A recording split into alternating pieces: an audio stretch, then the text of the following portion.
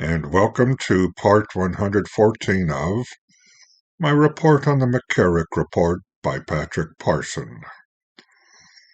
Today's segment looks at my question of why the report fails to investigate hierarchy leaders who protected McCarrick, or even bother to acknowledge that other current church leaders are equally guilty of depredation as McCarrick has been.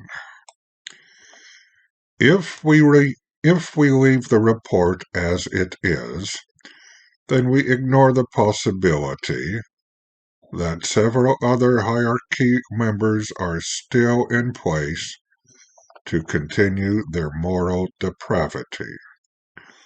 They have secured their protection by allowing the report to focus solely on McCarrick's crimes while pretending the rest of his collaborators are innocent and white as lambs. I do not know how much more I can emphasize this. McCarrick was not alone in his crimes. He had to have collaborators, accomplices, partners to continue in power as long as he did. These people obviously would not want the report to bring their culpability to light. The aim of the report is for the Vatican to be able to say, "We investigated McCarrick and got rid of him. End of story." Church hierarchy is now going to pretend the church has been cleansed, while in fact there are numbers of corrupt and depraved individuals who have yet to be brought to light. Have we in the church learned anything from the report?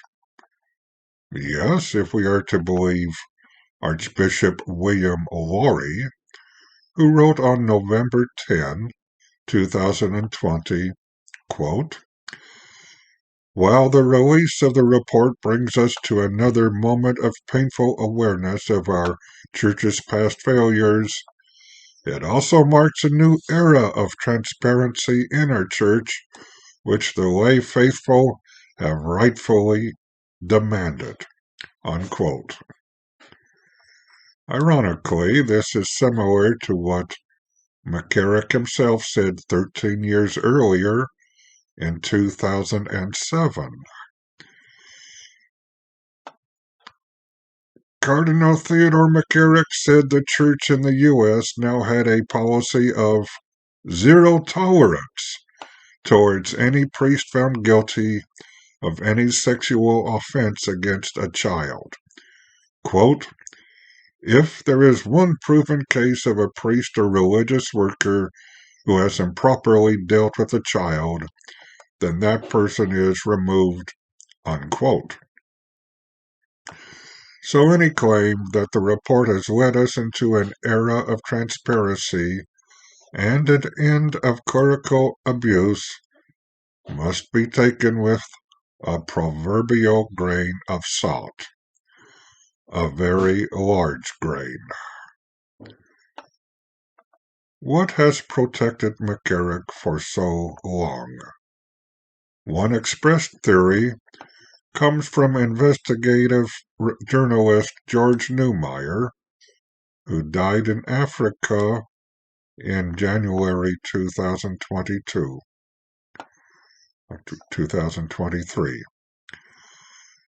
Quote, "The reason for McCarrick's continuing power in the church is blackmail, according to my source. Plus, Teddy can get all the deep-pocketed prelates under his spell of blackmail to ostracize and financially starve any bishop who defies him. He still runs things in the church." Unquote. So, according to this journalist, McCarrick is merely out of the public picture. He is still in the thick of things behind curtains, pulling strings in various church activities. So how do I answer the question of why the report fails to look into other guilty parties and why McCarrick was able to continue his career as long as he did of destroying young men's lives through his twisted practices?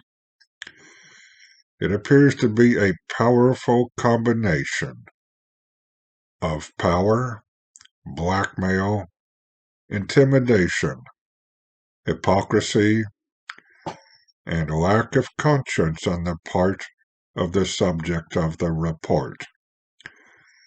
It also appears to be a combination of avarice, lack of scruples, fear, naivety, and moral weakness in other hierarchical principles, all traits which should not be part of any church kingpins.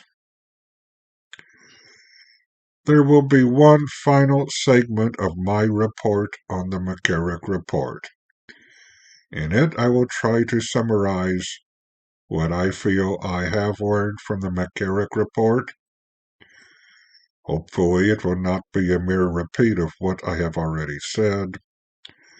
But now you should be aware that I find the official Vatican report to be not merely inconclusive, but misleading, disingenuous, and self-serving. When we appear before our Maker for judgment, let us not try to justify our lives through misleading, disingenuous, and self-serving means.